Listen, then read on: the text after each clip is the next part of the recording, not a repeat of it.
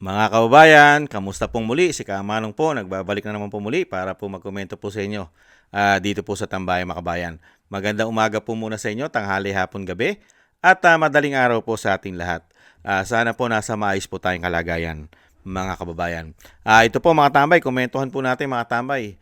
Pinakita na po, pinasilip po at pinakita po ni Saldico ang mali-malitang pera daw po na kanya daw pong diniliver sa kay BBM at syempre po kay Saldico mga kabayan. Ito po, pinasilip niya po at pinakita po at ito po'y pinag-uusapan po ngayon sa buong mundo.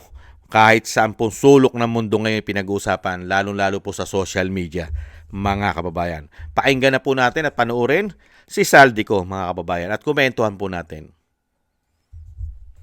Ang nag-deliver papunta sa bahay nila Pangulong Bongbong Marcos at Speaker Martin Romualdez mag-insert o magpasok ng 100 billion worth of projects sa BICAM. Sana po ay hindi nila ako mapatay bago ko mailabas ang lahat. Ginawa ko lang ang utos sa akin, pero ngayon, handa na akong harapin ang lahat. Ginagamit ng administrasyon ang buong resources ng bansa para tumahimik ako. That he will shoot me if I will talk. Gagamitin ako bilang panakipbutas sa kanilang kampanya laban sa korupsyon. Hindi na ako mananahimik, ilalabas ko ang lahat ng katotohanan. May resibo, may ebidensya, at may pangalan. Again, I informed the Speaker and asked clearance about the instructions ng Pangulo. At ang sabi niya, wala tayong magagawa. Kaya po nagtataka ako kung bakit sinasabi ni Pangulo na hindi niya makilala ang budget, samantalang lahat na binawas at dinagdag sa mga ahensya ng gobyerno ay humihingi ng approval sa kanya si Sec. Mina Pangandaman. Bago namin ginawa o tinapos ni Senator Chis Escudero during the BICAM. Sinabi pa ni Sec. Mina, everything is cleared with the President. Basta importante, pasok ang pondo na request ng Pangulo. The following day, sinabi ni Sec. Mina, approve na si Presidente BBM sa lahat na binawasan na ahensya. Masaya na ang Pangulo dahil naipasok ang gusto niyang 100 billion insertion. Wala pong perang napunta sa akin. Lahat po ng insertion napunta sa ating Pangulo at Speaker Martin Romualdez. Ako lang at ang aking mga tao, sila Paul Estrada, Mark Tiksay, at ang aking mga security ang nag-deliver papunta sa bahay nila Pangulong Bongbong Marcos at Speaker Martin Romualdez sa North Forbes Park, South Forbes Park hanggang sa Malacanang. Yung mga deliveries po ay merong record ang aking mga tao. Totoo po yung sinasabi ni Orly Gutesa na nag-deliver siya sa Forbes Park. Totoo din po ang sinasabi ni Orly Gutesa na nag-deliver siya sa Malacanang nung siya ay nasa Senado. Para mapatunayan ang mga litrato na deliveries, ay ilalabas ko po together with this video. Grabe, no?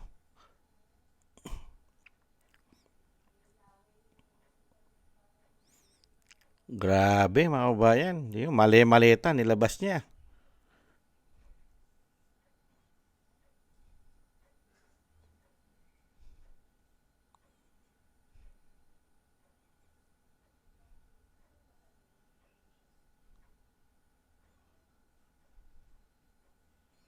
After po ng approval ng budget sa General Appropriations Act of 2025, nagtanong po ako sa DPWH kung magkano ang kailangan na ibigay sa Office of the President o ang SOP na bigayan.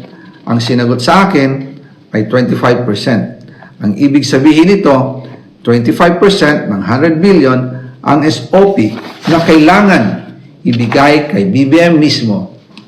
In total, 25 billion ang napunta kay Pangulong Bongbong Marcos. Wow. Kaya ngayon ay hinahamon ko si Ombudsman Remulla kung seryoso talaga siya sa mga sinasabi niya sa kanyang press release na idadamay niya pati si Martin Romualdez kung magbibigay ako ng ebidensya. Patunayan niya ngayon ang pronouncement niya. Imbestigahan niya ang fraternity Brad at ang kanyang kaibigan na si Speaker Martin Romualdez kung talagang tutupad siya sa tungkulin niya. imbestigahan din niya si President Bongbong Marcos. Sabi nga ni BBM ng SONA, let's do it right at mahiya naman kayo, hindi po ba? Nananawagan din po ako sa Senado na imbestigahan ang 100 billion insertion ni Presidente. Alam ko po na hindi gagawin ni Ombudsman Remulla ang hamon ko. Pero magaling ang Senado sa imbestigasyon at ako ay naniniwala na dahil sa kanila, lalabas ang katotohanan. Grabe. Mga kabayan, yan po. Grabe po.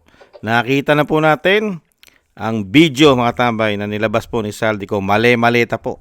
At hinahamon niya po ang ombudsman. Ayan, imbestigahan mo raw po ang insertion na 100 billion. 25% ang napunta sa Pangulo. 25 billion. Malinis na malinis. Mga kababayan, isa pa lang yan. E paano pa yung iba? Mga kababayan, ganyan po katindi. Pero ang Pangulo ay paiyak-iyak pa, mga tamay. Paiyak-iyak pa. Noong mga nakaraan, bakit nagkakaganito ang ating bansa? Grabe, mga kababayan. Nakita nyo po. Ano ngayon? Ano naman kaya ngayon ang sasabihin po? Dahil nagsalita na po Malacanang na yan daw po ay gawa-gawa lang. At meron daw pong nasa likod niyan. Ang tanong po natin, sino naman po ang nasa likod ng mga magnanakaw sa gobyerno ngayon? Hindi po ba yung sinasabi ni Saldico ngayon ang nasa likod at yung pinakapuno na ang pinangalanan niya? Magpinsan po ang pinangalanan ni Saldico dahil pati naman po si Saldico, mga kababayan, hindi naman po siya absuelto dyan, hindi po siya lusot. Kung nagkakamal po ng bilyong-bilyong piso sa komisyon na mga insertion, 25% kay BBM, magkano naman po yata ang mapupunta kay Speaker at kay Saldico na sinasabi daw po niya na hindi daw po siya nagkapera doon. Pwede naman. Dahil sa Pangulo lang naman daw yon. Pwede naman. Yan ay sa Pangulo lang. Paano naman kaya yung ibang deal? Yung iba, hindi po ba? Kaya po mga kabayan, ano po sa tingin nyo? Ano po sa palagay nyo? Mga kabayan, sino po ang nagsasabi ng totoo? Sino po ang paniniwalaan ng taong bayan dito po sa mga in-expose? Nagsisinungaling po ba si Saldico? Mga kabayan, ang sinasabi po ba ni Saldico ngayon? Pinangalanan niya lahat. Pati si Secretary Pangandaman, mga tamay, ng DBM. Alam na alam po at lahat po ng approval ay tinatanong. Ang Pangulo ang tinatanong sa lahat po ng gagawin sa budget, mga kababayan. At sinasabing pag-approval na ni BBM, ni BBM pag-approval na at gusto niya na, at lahat ng gusto niya ay nangyari na, aprobado na ang lahat. Ganyan po katindi, mga kababayan. Grabe. Pangulo, kumakamal ng limpak-limpak, bilyon-bilyon. Kaya nga po mga katambay, napakarami pong sisilipin dito po sa gobyernong ito. Mga ba, insertion pa lang sa pondo yan. Hindi pa natin nasisilip dyan ang ginto. Hindi pa pumuputok ang ginto kung saan po napunta, sino bumili. Yung issue po sa Central Bank, tuni-tuniladang ginto rin yan. Hindi pa pumuputok ang issue riyan. At yung sa Maharlika Investment Fund, hindi pa rin pumuputok yan. Mga kababayan, kung ano talaga ang nangyari dyan. Hindi po ba? May issue pa sila sa PhilHealth. Mga kababayan, 89 billion ang issue nila riyan. Hindi po ba? At 60 billion na yata mahigit ang nakuha nila riyan. Kung hindi po nagkakamali si Kamanong. Kaya dito po mga katambay, sunod-sunod po yan. Talaga pong ang ginawa po nila systematic. Napakarami pong ginawa nila systematic nung pag-upo po nila. Kaya napakarami po. Kaya nga po yung sinasabi ko po sa inyo, matagal na talaga nag-uusap-usap tayo, nagkukomentuhan tayo.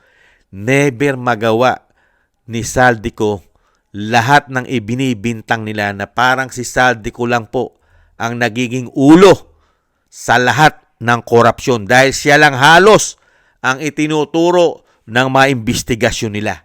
Hindi po ba? Kahit po sa ombudsman, di ba? Sa DOJ, sa ICI, nababalaho na po ang investigasyon nila hanggang kay Saldico. Hindi po ba? Kaya po hindi na nakatiis si Saldico. Nakonsensya na ang tao. Hindi po siyang talagang tunay at grabe ang ginawang korupsyon sa ating bansa. Pinangalanan niya na yung magpinsan at inilabas niya na po ang video ng mga maleta, mga kabayan. Nakita niyo po. Kitang-kita po yan sa buong mundo ang mga mali-maleta. At pinatotohanan din po ni Saldico yung mga tauhan niya. Pinangalanan po ang mga katulong niya, ang mga inuutusan niya na mag-deliver ng mali-malitang pera sa Malacanang at sa bahay ni Tambaluslos na tinatawag ng Vice President, mga kababayan. At pinangalanan niya na totoo lahat ng sinabi ni retired Marine Sergeant Gutesa. Totoo lahat ang delivery dahil sila nagdi-deliver. Hindi po ba lahat ng sinabi ni Gutesa sa Senado ay totoo?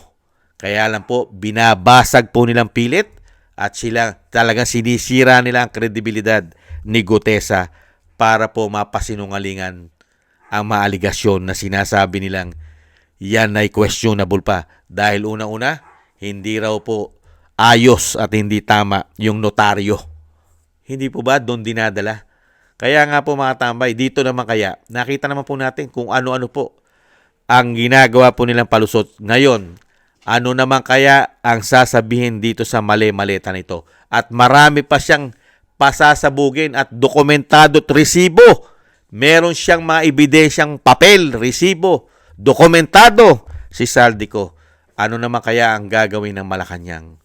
Paano na naman kaya ito pasisinungalingan, mga kababayan? Sigurado pong pasisinungalingan na naman po yan. Yang mali-maleta na pinakita ni Saldico. At yung sinasabi pong totoo lahat ng sinasabi ni Orly Gutesa, mga kababayan. Sigurado naman po yan. Sasalagin po nila yan. Expected na po natin yan. Pero tayo po, na hindi naman po tayo tanga, bobo at gago. Nakita natin ang pera ng taong bayan, ang binabudget nila ay walang pinatunguhan dahil mismo tayo ang nakakita at nakasaksi at karamihan pa sa atin po, lalo-lalo po sa mga dinaanan ng matitinding pagbaha at bagyo ay karamihan pa ay namayapa. Marami pa po tayong kababayan na nakaranas po ng kawalanghiyaan nila dahil sa kanila pong pagnanakaw sa sinasabi nilang proyekto na kanila raw pong gagawin para sa mga Pilipino. Lalo-lalo po ito'y makakatulong sa atin daw. Pero kung sa kabila nun, hindi naman pala. Yung ginawa pala nilang paglilingkod sa atin ay puro po sa kanila nakatulong. Lahat po ay pumabor sa kanila. Kaya nga po nakakalungkot mga kabayan. Yan bang sasabihin natin na ubod na ng yaman nila? Napakayaman na ng lahing Marcos? Napakayaman na ng lahing Romualdez? Pero meron bang ganyan na ubod na ng yaman? At pinagmamalaki pa nila na napakarami daw pong ginto? Meron pang mga vlogger na nagsasabing napakarami raw Talano Gold? Kung talagang napakarami nilang kayamanan at ginto, bakit nagnanakaw pa sila ng bilyon-bilyon umano? Isang transaksyon? 100 billion insertion pa lang? 25% na ang komisyon? 25 billion agad ang kanya? Yan ba'y sasabihin natin na ubod na ng yaman ng mga Marcos? Ubod na ng yaman ng mga Romualdez? At ganun din po si Saldico, hindi naman po siya lusot dyan, na napakarami din pong corruption na issue sa kanya. Kaya nga po mga tambay, paano po makakuha ng tunay na katarungan ang mga Pilipino sa mga taong ito? Kung mismo ang sangkot sa korupsyon ay mismo Commander-in-Chief ng Republika ng Pilipinas. Tingnan nyo po. Papayag po ba tayo? Nagaguhin na lang tayo ng gaguhin na mga hindot na ito? Itong mga walang hiya na ito? Okay lang po ba sa ating mga Pilipino, mga pinagagawa ng mga demonyong ito? Na mga hindot na ito? na mga sugapa at sakim sa pera ng taong bayan, mga walang kabusugan, walang contentment, sa kabila ng hindi na sila naghihirap sa buhay at kalahi-lahian nila'y mayayaman sila. Pero sa kabila nun, nahandun pa rin yung pag-iimbot. Kaya nga po nasasabi po ng ating mga kababayan, talaga po, nasa dugo na raw po nila. Nananalaytay na raw po sa mga dugo nila umano ang pagiging magnanakaw, pagiging walang hiya, mga kababayan. Nasa dugo na raw po nila umano. Kaya hindi na raw po ito matatanggal. Dahil kapit na. Ibang klase, no? Kung ano ang history na ginawa ng magulang, mas hinigitan pa ng anak. Ganun po ba? Unbelievable. Mga timawa. Grabe, no? Ibang klase itong mga tao na ito. Nakakalungkot lang po, no? Ganyan lang po ibinigay sa atin. Nagtiwala tayo sa pamilyang ito.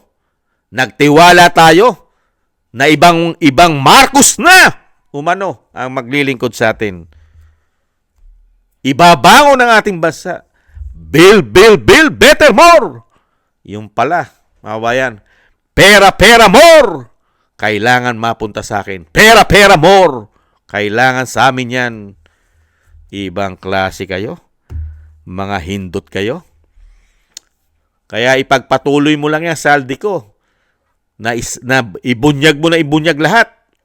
Ang mga kasangkot mo. Dahil kaisa ka rin dyan. Kung hindi yan pumutok at hindi yan nabisto, hindi ka rin naman magsasalita. Hindi po ba, mga kabayan? Real talk. Never po magsalita si Saldico. Kung hindi po siya maiipit at hindi nanganganib ang kanyang buhay, ay hindi po magsasalita yan. Kaya nga lang po, ipit na po siya. Kasi pati buhay niya ngayon ay nanganganib sa kanila. Dahil siya na po ngayon ang matinding nag-expose ng anomalya, korupsyon sa ating bansa. Siya na po. Dahil yung kay Orly Gutesa po, delivery, mga kabayan. Pero kay Saldico, ipinakita na po yung diniliver. At may mga listahan pa si Saldico kung magkano po ang mga diniliver, dokumentado at may video pa, mga kababayan. At marami pa po siyang i-expose. Sunod-sunod na po yan, mga tambay. Sunod-sunod na po yan. Kaya po, mga kababayan, sunod-sunod din po ang gagawin po natin, mga kababayan. Sunod-sunod din po ang gagawin po natin pagrarally, mga kababayan. Kailangan po natin bigyan ng katarungan ang ginawa po nila na mahigit 3 taong pagnanakaw sa pera po natin, sa ating buwis, at pati po sa mga inutang nila na tayo ang magbabayad. Kailangan po natin panagutin sila. Katarungan po sa mga magnanakaw sa kaban ng bayan, sa kaban na galing sa ating mga pinagpaguran at pinagpawisan, dugot pawis, ang puhunan natin para lang tayo kuhanan ng buwis. Samantalang itong mga tao na ito, sitting pretty, naka-air condition, ang sarap ng buhay, gwardyado, taga-utos lang. Yung pala, kasama rin sa inuutos niya ang pera na dadalhin sa kanya na bilyon-bilyon umano. Kaya po, mga kabayan, wag na po tayong magpatumpik-tumpik. Wag na po tayong magpabukas-bukas. Sumama po tayo sa mga kababayan natin, lalong-lalo po dito po sa mga protesta na magpapahayag po at talagang ipapakita po natin dito sa gobyernong bangag umano na ang ginawa po nila kawalang hiyaan ay dapat po nilang itong pagbayaran, mga kababayan. Mga walang hiya po talaga ito. Mga walang hiya! Mga kababayan, mga hindot!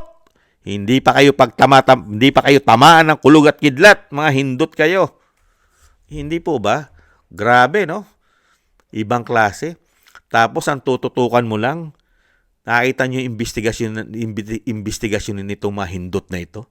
Tututukan mo lang mga contractors, mga kabayan, sa DPWH, mga kabayan, at yung mga nasa COA. Pero yung sarili mo, pinakamalakas mangumisyon, umano. Kayong dalawa, kayong tatlo. Isama na natin si Saldico. Silang tatlo! Ang lakas mangumisyon. Hindi po ba?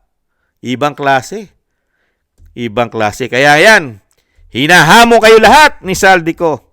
Imbestigahan nyo! Dahil hindi naman iimbestigahan niya ng ICI. Lalong-lalong hindi raw po iimbestigahan ng Ombudsman at ng DOJ. Kaya hinahamon din po niya ang Senado. Imbestigahan nyo yung insertion na yan. Lalong-lalo pa ang male-maleta. At yan po ay pinatutuhanan na kasama po ni Gutesa, mga kababayan. Itong mga hindot na ito. Kaya po mga kababayan, ano pa ang mga kasinungalingan na ibubunyag pa nila sa atin para pasinungalingan ito. Nagmamalaki pa ang hindot. Ang hindot na presidente umano ay nagmamalaki pa na makakabawi raw ang ating ekonomiya itong pagkatapos ng taon na ito. Ibang klase kayo. Kaya po mga kabayan, makiisa po tayo, lalo-lalo po, may panawagan po ang Iglesia ni Cristo, mga tambay, mag-uumpisa na po yan. Ito pong darating na linggo, kung hindi po nagkakamali si Kamanong, 3 araw po yan. At pati po ang ating mga retired general, ay nahandyan na rin po. At dadami pa po ng dadami ang mga kabayan, lalo-lalo po, naglalabasa na po ang mga pinagagawa nila sa ating bansa. At pilit po nila itong dinadivert pa. Kaya pala, no? Kaya pala, kung saan-saan po nila dinadala ang issue. Mga kabayan, di po ba? Dinala nila ng issue saan? Sa Vice President na naman. Kay Bato de la Rosa, kay Senator Bato. Hindi po ba? Kay Senator Go.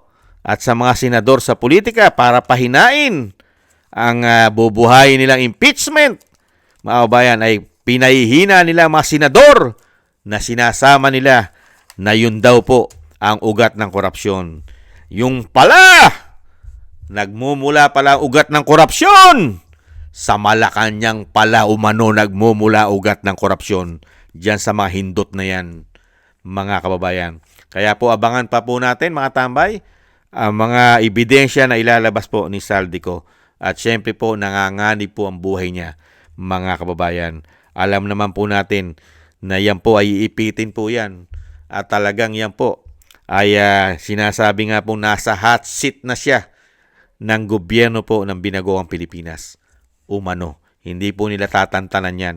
At syempre po, ang kailangan po natin ay hindi rin po sila tantanan. Huwag tayong pumayag na tayo magsawalang kibulang. Grabe po ang pera na nawala po sa atin, mga kababayan. Huwag po tayong pumayag, mga kababayan. Maraming salamat po muli, mga kababayan. At hintay po tayo at tingnan po natin at sana po magtagumpay po ang boses po ng Pilipino kahit po wala po ang mga men in uniform dahil po busog na busog po yata sila at wala po silang pakialam sa daan-daang bilyon na ninanakaw po ng mga politiko. Mga kababayan, magmula po sa Malacanang ay may issue. Wala pong pakialam dyan ang mga men in uniform natin sa pera ng taong bayan. Basta sila po ay protektado po nila ang gobyerno ng binagoong ang Pilipinas. Ganyan po katindi ang karamihan pong general sa atin. Naglilingkod po sila sa mga magnanakaw. Yan po ang sinasabi ng ating mga kababayan. Ang ating mga general, karamihan ng mga general, men in uniform daw po, umano, ay naglilingkod na sa mga magnanakaw, hindi sa taong bayan, mga kababayan. Ingat-ingat po tayo, mga kababayan. At lalong-lalo po, thank you po sa mga nagusto po natin tambayang mga kabayan sa YouTube at TikTok. At ganun din po sa mga nagko-comment, like, share, and subscribe. At sa mga subscribers po natin, sa mga nagbibigay po ng tulong, thank you po sa inyo, mga kababayan. Ingat-ingat po kayo. At syempre po yung dasal po natin, mga kababayan, na matapos na po at talagang tuluyan na po magwakas sa lalong mabilis ang mga walang hiya, ang nagpakademonyo sa pera po ng taong bayan. Sana po'y tuluyan na po sa lalong mabilis na sila po ay matapos na po ang kawalang hiya nila. At syempre po, isama rin po natin sa dasal na maingatan po ang pamilya Duterte, ang ating Vice President. Ang dating Pangulong Duterte ay maduktungan pa po ang kanyang buhay at kalakasan at makalabas na po siya sa lalong mabilis at makauwi na po sa ating bansa. At syempre po mga kababayan, tayo rin po ay magdasal para po sa ating mga sarili at ganun din po mga tambay sa ating buong sambahayanan na tayo pong lahat ay maingatan. Thank you po mga kababayan. At maraming salamat po sa mga dasal po ninyo. Ingat po tayo mga tambay. At syempre po, makiisa po tayo mga kababayan. Makiisa po tayo. Lalo po ngayon na talagang nagkakaroon na po ng linaw. At talagang pinangalanan na po ang ulo. Ang dalawang ulo na napakalaki na mga sugapa sa pera ng bayan. Mga kababayan, magsama-sama po tayo mga kababayan. Thank you po. Ingat po tayo. Bye-bye.